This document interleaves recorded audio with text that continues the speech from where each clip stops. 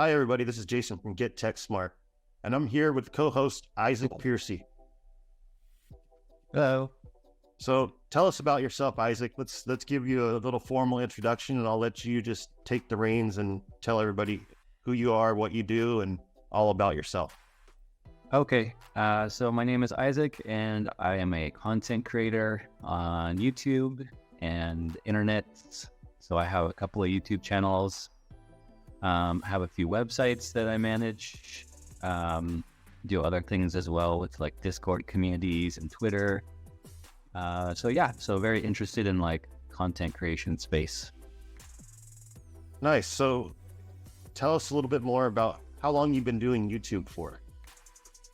Okay, so I think I started, it was probably 2018, 2019, and I just kind of started as a hobby. I started a couple of gaming YouTube channels because I was really into gaming at the time. And then since then, I've created like some tech channels. Creator Hacks is one of those channels right now where I talk about blogging and YouTube and podcasting. So I've been doing it for a good like 5+ years. And then along with YouTube, I do like vlogs. So I find that they both kind of go together pretty well. So like you can have a video on YouTube and you can link to your blog, or on your blog, you can have a embedded YouTube video. So they kind of work together really well. Nice. So everybody, let's tell you a little bit about myself now.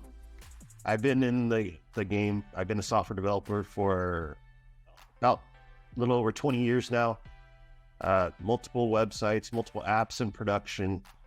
We're going to be telling you guys all about all the updated tech that's going on in the area. And, hey, we're going to be reviewing products. So if you guys have a tech product or service that you'd like to be having reviewed on Get Tech Smart, then you can go ahead and contact us at gettechsmart@socaltelevision.com, and we'll go from there. And on top of that, every product that we review, this is the reason why all you guys are going to want to subscribe to this channel, because every product we review, you're going to have the chance to win on one of our giveaways. Whether it's a service, you might get a free, time frame of having that service after we review the product, or actual product itself, then we're just going to mail it to you. You're the winner. We're going to have a lot of Q&As, a lot of tutorials about how to use certain programs and different tech products and what have you, and talk to prominent tech individuals in the sector. They may have events going on. We could give you some discounts on tickets to events, so you're just not going to want to miss out. You better subscribe. This episode of Get Tech Smart is sponsored by directmaileverydoor.com. Get your message out with directmaileverydoor.com today. And download our podcasts. We're on all of the major podcast networks, on Apple, Spotify, you name it. We're on them all. Let's get started with today's discussion, Isaac. And today we thought everything is all about AI right now. So we were going to talk about our own personal experiences with AI and how we actually use it to make all of our content better. Mm-hmm. Yeah. So what's your experience with it, Isaac? Yeah, it's been interesting. I mean, I've only started using it probably the past 2 months or so. Well, I started with checking out ChatGPT.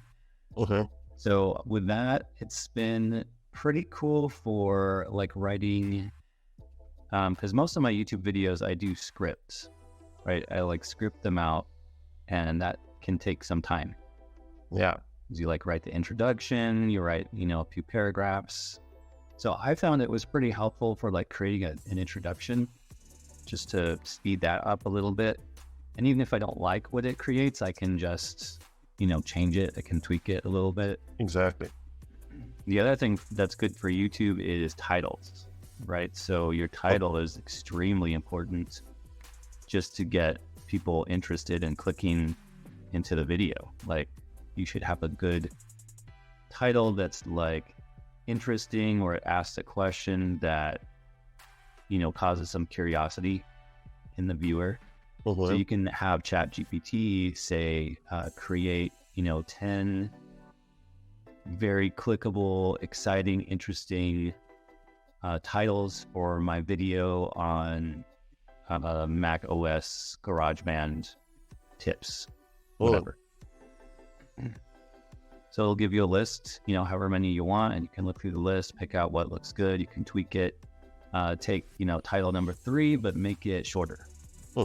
Make it less than, 60 characters, because you don't want your title to be too long for YouTube. I was going to ask you about that because I was actually researching that earlier today, and there's a person, I can't remember his creator name, Bulgaver or Bulgor, or I'm not sure. It was he just changed his channel name, but essentially he had nil subscribers, maybe 30 or 40 subscribers on his channel. This is like a teenager, okay? And he basically changed his channel name to this nonsense name. He doesn't have any association with it whatsoever. It's just some weird name. And he now has, I believe, over 4 million subscribers. What's the channel about? All it is talking about it's silly AI memes that he creates everything with AI. Okay. And it's just Discord memes. I know this channel that you're talking about. And he made it up. They're all make-up memes. None of them are actually real conversations on Discord. Yeah. He just had ChatGPT make up the different, memes and everything for it. And then, I don't know, I guess he's using Canva or what have you. But, he doesn't go with a detailed thumbnail. Simple. Like everybody says. He goes with the very basic, granular looking, just fuzzy looking thumbnail. It's not real great. But his point was that he found out to keep the titles to 33 characters long. Yeah, his are super short. That's like extremely short, but it works for him. It does, and I'm wondering, in your expertise, have you noticed any kind of thing like that, to where longer titles work better, shorter titles work better, titles with this or that keywords work better in them, or what gives people that key that they need to have to get the click through? Yeah. Well, okay, so shorter titles are definitely better. You don't want an extremely long title because, for one thing, all of it won't be shown. It'll get cut off in the YouTube search. So you definitely want to keep it under 60 to 70 or whatever the max is. I'm not sure exactly what it is. But then, there's no real specific keywords or phrases, but you want to keep it as to the point and as short as possible with as few words as possible. So the fact that he might just have 3 or 4 words in his titles works extremely good. And he was always asking a question in the title also.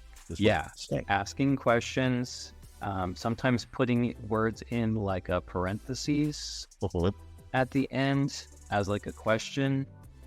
It's all about getting people curious what the video is about and what you're talking about.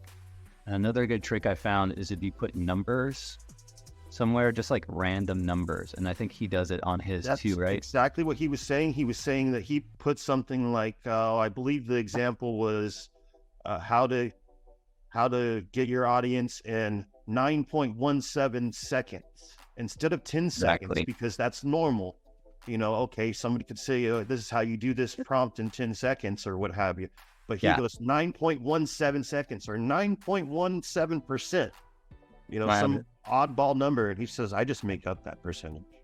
And it's more clickable. It's more interesting because, like he said, if it's just a 10, there's a million top 10 videos on YouTube. You're just going to keep scrolling past that. But if you see 9.71 seconds, that's going to make you stop. Even if you stop for a split second, you have a better chance of clicking on that one because it's different.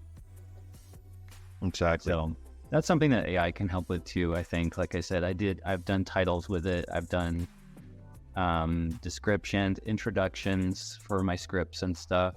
For YouTube, Yeah, I mean, you could have it write a whole YouTube video as far as that goes. Well, actually, if all you guys look at the episode 1 where we were just doing an introduction to this channel and what this channel is going to be about, that was actually written all with AI, by the way. Was it? Very, very, very minor changes in transitions, because it was doing a little too much of repeating, but it was pretty much all AI. And guess what? It was not written with ChatGPT. You want to guess what AI wrote it? What? Google Bard. Oh, really? Okay.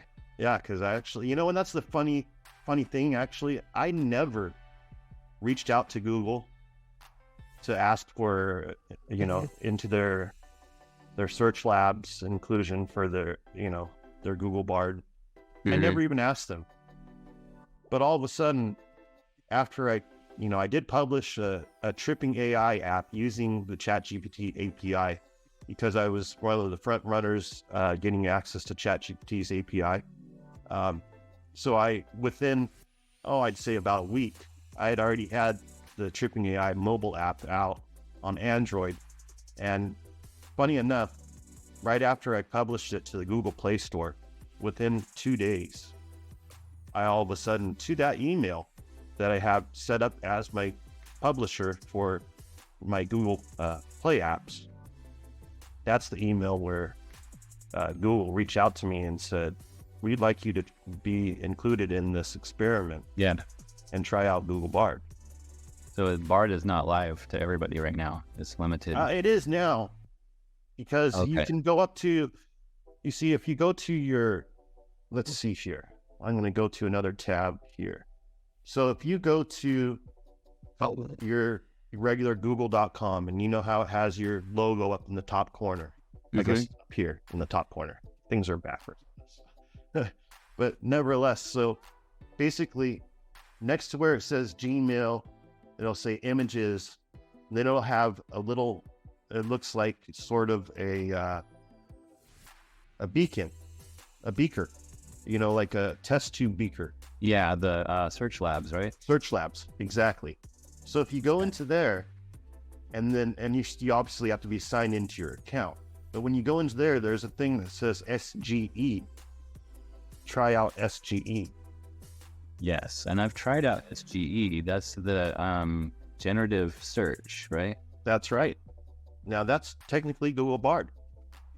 But also, if you go to bard.google.com, and then obviously you can have direct access to Bard right there.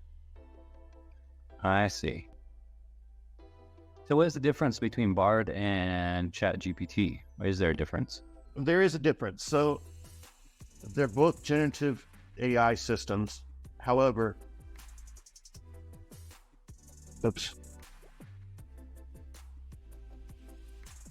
they're both generative AI systems. However, the thing is that Google Bard has direct access to the internet. ChatGPT does not. Well, let me clarify it.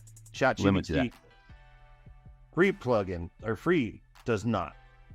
The ChatGPT Plus, if you're paying them $19.99 a month, then you can have access to plugins that will give you access to the internet. However, just recently, ChatGPT, the makers of ChatGPT, OpenAI, just released an update. That update allows, if you're a developer and you have access to their API, you can use their free version, and you can basically make your own plugins with any API out there. You can get an API for whatever you want, and you can plug in that API to the free model. It'll fetch that API. You tell it, you prompt it in a function, because it now accepts functions. So in other words, Tripping AI, I'm going to be updating that so that people can, if they want to make a reservation somewhere, they can just go through the Travelocity or whatever it's called, API, and it'll book it for them right there. Whereas the pro members of the ChatGPT people, you know, they have access to a lot of plugins, but for instance, they only have access to Kayak for booking. Yeah. Well, with this access to any API, as long as you can get access to that API on your own, then ChatGPT can now fetch that API and you can create whatever functions to access that API that need to be done. So theoretically, you can book anything you want, get directions wherever you want, do whatever you want with even the basic free version of ChatGPT now. Nice. Okay. That's pretty cool. Pretty amazing. I did that whole intro and every single topic 100% with Google Bard. And it was, what I realized about the differences between the two. It's nice that Google Bard can access the internet. Yeah. However, in my opinion, ChatGPT is way up on Google Bard in the fact of following up with conversations. Okay. Because Google Bard, I asked it to write this intro and everything, and then I told it, well, can you add this about it? Because I noticed things that it kind of left out that needed to be noted. It didn't know what to do. It says, oh, I can't understand what you want me to do, basically. And yeah. So I had to rewrite the whole prompt, including that stuff, being way more specific. When with ChatGPT, you can just follow up with, oh, you forgot to add this.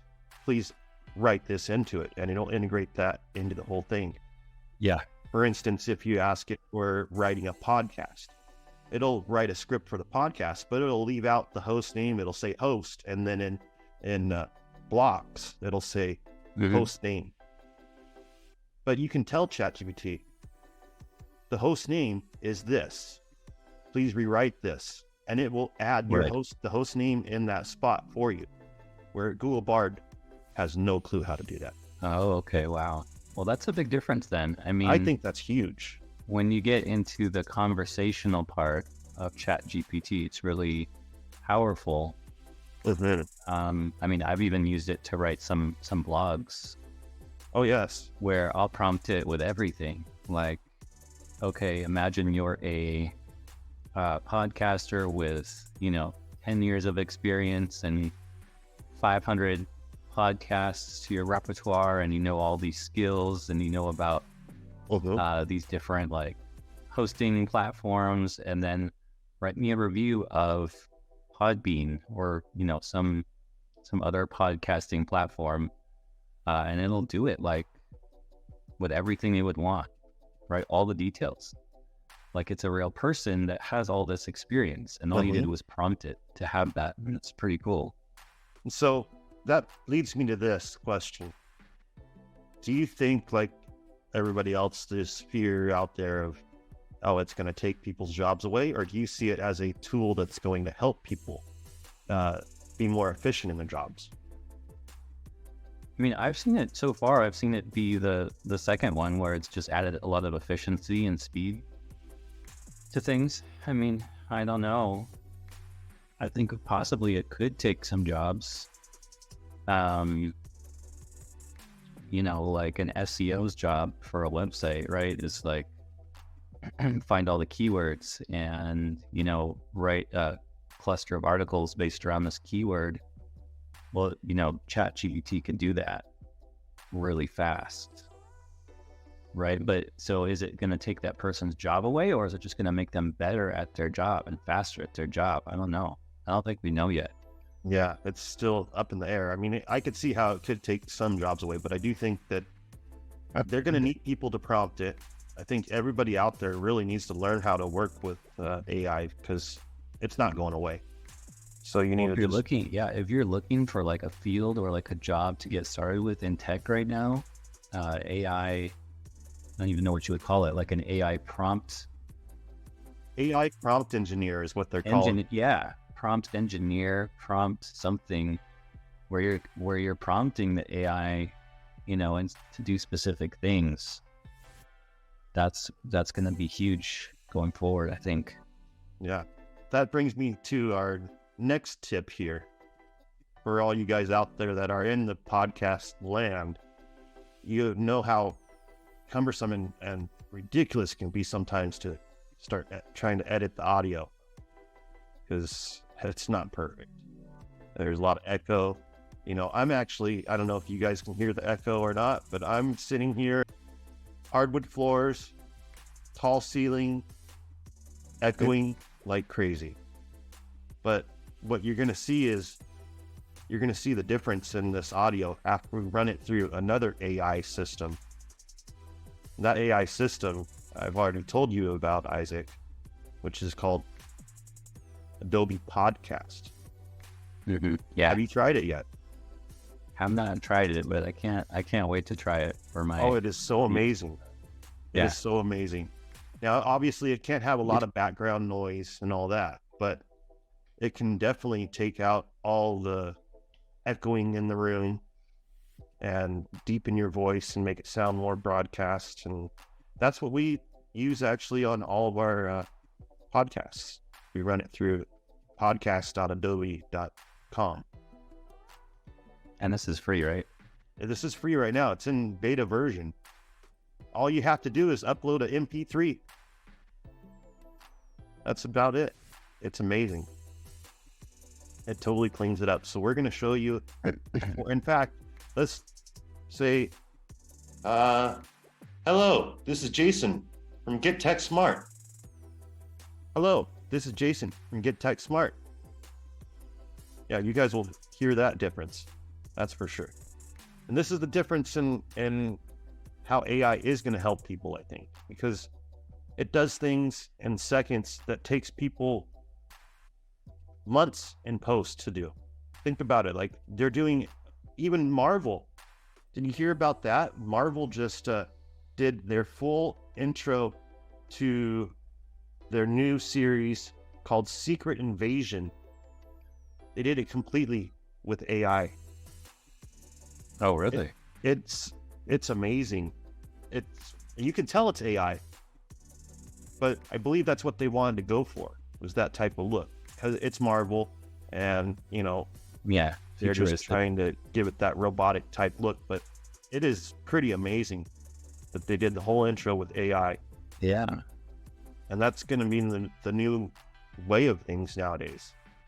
I just wonder about, Meta is coming out with this voice box AI, and that's kind of scary because it can actually take people's voices and make them say things that they didn't say at all whatsoever. Well, there's already been stuff like that. I mean, I've seen it on YouTube. I don't know if you've seen it. It's crazy. All the deep fakes out there and everything. Yeah, like all the deep fakes and stuff. Mm-hmm. And it can generate the video too. I mean, we're talking about different tools being used together. Of course. Something to generate the video, something to generate the voice. Well, that's the thing, is I haven't seen really a great one that does video yet. However, I think that Adobe is going to be the breaker on that one, because Adobe's AI is pretty awesome. They have a really good AI. They can actually take photos and fill in the rest of the photo for you by looking at what is in that photo. You can tell it, give it a square photo and tell it you want it to be a landscape 16:9 photo, and fill in the sides, and it'll totally fill that in, and you can't even really tell the difference. And it makes sense that they would do video next, right? Because that's what I would think. I think that's where it's lacking is, there's a lot of prompting. You can tell ChatGPT or whatever AI to give you the script for a video and what have you, but they really need to turn that to the next level where it can actually do that video for you, and it doesn't look too, computer generated AI-ish. But it's so early. I mean, imagine in just a year from now, or 2 years, or even like 5 years, crazy, be so much better. Oh yes, it's gonna. So yeah, that's what we'll have to see. I mean, I still create all my YouTube videos with my recordings, my scripts, my voice. So I mean, I guess I'll probably end up shifting some of that to AI. But then it also means more competition. They like to have the personal touch, you know. Everybody says that, oh, create a faceless YouTube channel or what have you. This is Yeah, those might work for some, but It works depending on the niche. Yeah, it'll work depending on the niche because you still have the personality of your voice, right? And the content of your videos. Like my gaming channels don't have a face cam, but I still can get a good community because I have my own voice and I have my topic and, you know, people like what I talk about. and I think that's how you're bridging over the gap, is because you're using your own voice over it. Yeah. Because a lot of times those faceless channels, they'll use, you know, text to speech voices that you can just tell are very robotic and But okay, so here's what I need though, is because when I get sick, I can't record my voice, right? So I need an AI voice generator where I can train it to sound like me, and I can type out a script for if I'm sick that week and I can't use my real voice, I can just give it the script and it'll speak it for me, and I just use that clip. so that's voice box. You just basically ask what voice box could do, because that's exactly what voice box can do for you. So Once they end up giving it out to everybody, they can definitely do that kind of thing. and I've seen other ones too. Some of them are like super expensive right now, right? Like $1,000 or something to train it on your voice. And like Yeah. that's insane right now, but I'm sure there'll be a ton eventually. Well, I mean, people are trying to get the biggest buck they can get. I mean, look at this guy, you know, not to go into it too deep. It's still fresh, but hey, some guy thought he can build a submersible and charge people 250 grand to go down on an unregulated sub. It was not regulated, and it had so many people that had been on it that were like, this is sketch. We're not doing this. Good. Even Josh Gates came out saying that he had contacted Ocean Gate to be able to see about doing an Expedition Unknown, that show that he does, on the Titanic. And they went into the Puget Sound in Washington because that's where the Ocean Gate people are, you know, that's where their branch is out of. And they just did a couple of small test dives. And he just, with that little bit of information, he said, heck no, we are pulling out right now. We will not be using this to do an Expedition Unknown. This is so sketch. This is not acceptable. And I don't trust putting my crew or myself in that, you know, area. Yeah. He's not the only one. There's other people that have done the same thing. ABC 7, or not ABC 7, but ABC, they did a report on it last year. The guy was just like shocked. They were using a Logitech $30 game controller, and they had 2 spares just in case. Wireless game controller to control something that's under the water has so much different ways of interference.